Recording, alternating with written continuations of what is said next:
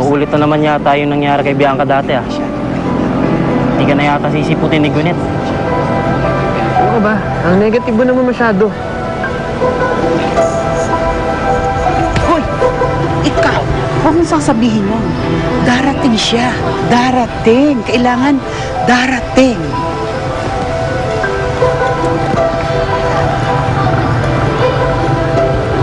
Oh, see? I told you. There she is.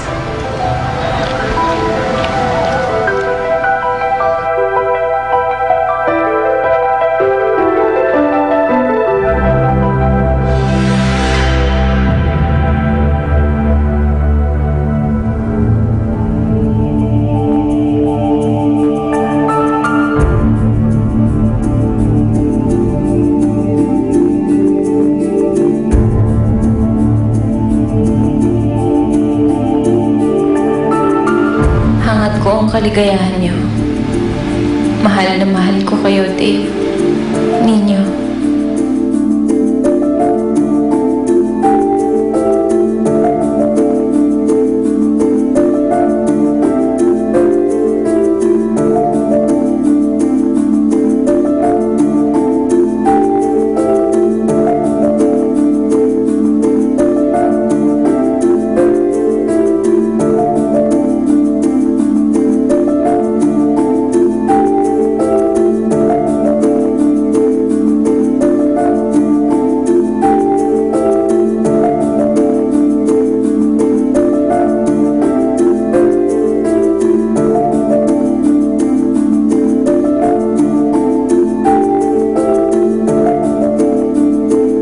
We are gathered here to witness the union of Mr. Dave De Leon and Gwyneth Cordova.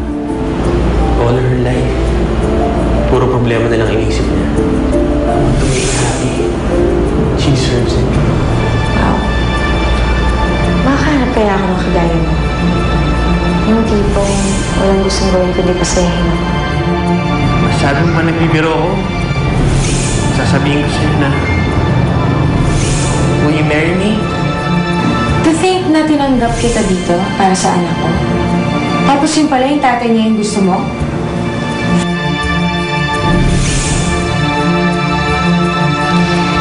Gusto kong maging masaya kayo. Gusto kong magsimula kayo ulit. Kayong tatlo. Gwyneth, I'll repeat. Do you accept Dave as your lawfully wedded husband in sickness or in health, for richer or for poorer, till death do you part? Alam mo kung anong gusto ko. Gusto kong maging masaya sa ninyo. Gusto kong matupad ang mga pangarap niya, na mabuo ang pamilya niya. Kayo, ikaw, si Ninyo, si Dave. Para kay Dave, panalyang si Helen. Naku, nasa loob naman ang kulo niyan.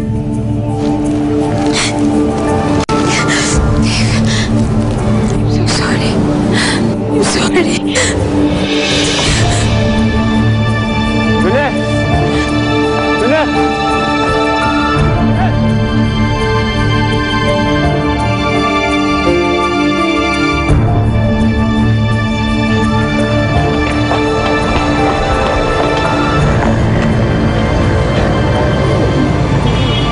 Mamita, bakit po? Hindi na po matutuloy ang kasal? O anak, tuloy-tuloy. Huwag ka mag-alala, ha? Tuloy. Tuloy, anak.